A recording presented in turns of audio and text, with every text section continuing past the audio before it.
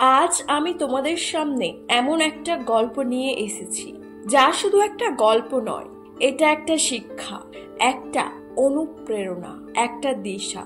এই পৃথিবীতে লক্ষ লক্ষ মানুষ আছে, কিন্তু সবাই কি সফল হতে পারে?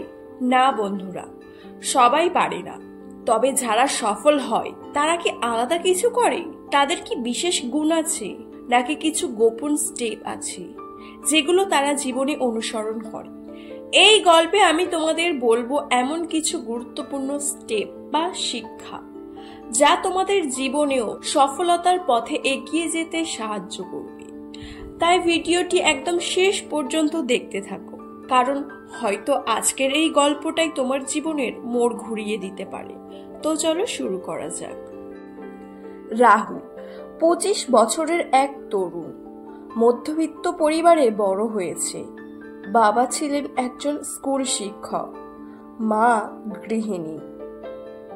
ছেলেবেলা থেকেই শুনে এসেছে, পড়াশোনা করো, চাকরি করো, জীবন ঠিক হয়ে যাবে।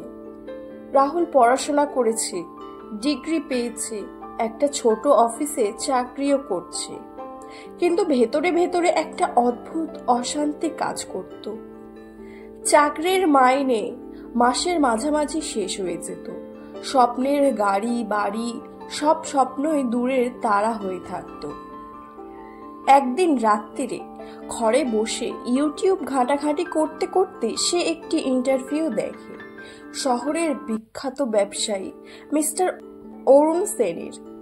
এক সময়ের রাস্তার ছেলে, আজ শহরের সবচেয়ে বড় রিয়েল এস্টেট কোম্পানির মালিক। রাহুল অবাক হয়ে ভাবল, কিভাবে এক সাধারণ মানুষ এত বড় হলো।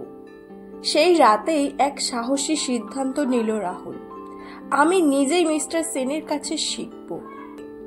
সে মিস্টার সেনকে একটি ইমেল পাঠালো, স্যার, আমি নিজের জীবন বদলাতে চাই, আপনার সময় চাই একটু। 2 দিন পরে অদ্ভুতভাবে জবাব এলো, কাল সকাল 9টায় ব্লু বেল ক্যাফেতে দেখা। রাহুলের বুকের ভেতর ঢাক ঢাক আওয়াজ, মনে বারবার প্রশ্ন, কি বলবো, কি জিজ্ঞাসা করব। ক্যাফের এক কোণে সাদা টি শার্ট আর সাদা দাড়িওয়ালা এক ব্যক্তি বসে আছেন, মিস্টার অরুণ সেন। চোখে চশমা, হাতে কফির কাপ। তিনি দেখেই হাসলেন, বললেন, এসো ছেলে, জীবন বদলাতে চাইছো তাই তো? তাহলে কফির সাথে জীবনের 5টা সত্য কথা শুনে নাও। রাহুল উত্তেজনায় মৃদু হাসল, একটা কফির অর্ডার দিয়ে বসে পড়ল। তিনি বলতে লাগলেন, জীবনের প্রথম শিক্ষা, সময়ই আসল পুঁজি। মিস্টার সেন বললেন, আমি যখন তোমার বয়সী ছিলাম তখন সময়কে অপচয় করতাম, ভেবেছিলাম পরে করব, কিন্তু পরে আর কিছুই হয়নি। যখন বুঝলাম সময়ের মূল্য, তখন জীবন বদলে গেল। টাকা হারিয়ে ফেরত পেতে পারো, সময় হারালে আর পাবে না। প্রতিদিন ভোরে উঠে নিজের উন্নতিতে 1 ঘন্টা দাও। পড়াশোনা, চিন্তা ভাবনা, শরীর চর্চা। 1 বছরে তুমি নিজেকে এমন জায়গায় নিয়ে যাবে যা অন্যরা 10 বছরে পারবে না। রাহুল গভীরভাবে ভাবতে লাগলো, সে তো দিনের অর্ধেক সময় সোশ্যাল মিডিয়ায় নষ্ট করে। দ্বিতীয় শিক্ষা, একটাই লক্ষ্য নাও আর সেটা নিয়ে পাগলের মতো লেগে থাকো। মিস্টার সেন কফির কাপ ঘুরিয়ে বললেন, আমি যখন ছোট ছিলাম পকেটে মাত্র 20 টাকা ছিল। একজন বলেছিল, যদি একসঙ্গে 10টা কাজ করো একটাও ঠিক হবে না। আমি ঠিক করেছিলাম শুধু রিয়েল এস্টেট শিখব, বাকি সব লোককে না বলেছিলাম। তুমি যদি ফোকাস না করো তোমার শক্তি ছড়িয়ে যাবে। যদি একটি লক্ষ্যে ধ্যানের মতো লেগে থাকো তাহলে অসম্ভবও সম্ভব হবে। তৃতীয় শিক্ষা, অস্বস্তি মানেই উন্নতির শুরু। মিস্টার সেন চোখ বন্ধ করে বললেন, প্রথম যখন ভাড়া অফিস খুলেছিলাম দোকানের সামনে দাঁড়িয়ে হাত কাঁপতো, ভেবেছিলাম সবাই আমাকে অপদস্থ করবে। কিন্তু শিখেছিলাম, ভয় যখন আসে তখনই তুমি বড় হচ্ছ। ভয় থেকে পালিয়ে নয়, ভয়কে আলিঙ্গন করো। এই কথা শুনে রাহুল মনে মনে ভাবতে লাগলো, আজ থেকে আর ভয়কে ভয় পাবো না, ভয়কে আমার বন্ধু করে নেব। চতুর্থ শিক্ষা, মানুষ ঠিক করো, সঙ্গ বদলালে জীবন বদলে যাবে। মিস্টার সেন বললেন, তুমি যদি 5 জন অলস মানুষের সাথে থাকো, তোমাকেও অলস বানাবে। 5 জন উচ্চাকাঙ্ক্ষী মানুষের সাথে থাকো, তুমিও উঁচুতে উঠবে। নেটওয়ার্ক হলো সিঁড়ি, ভালো বন্ধু, ভালো মেন্টর খোঁজো।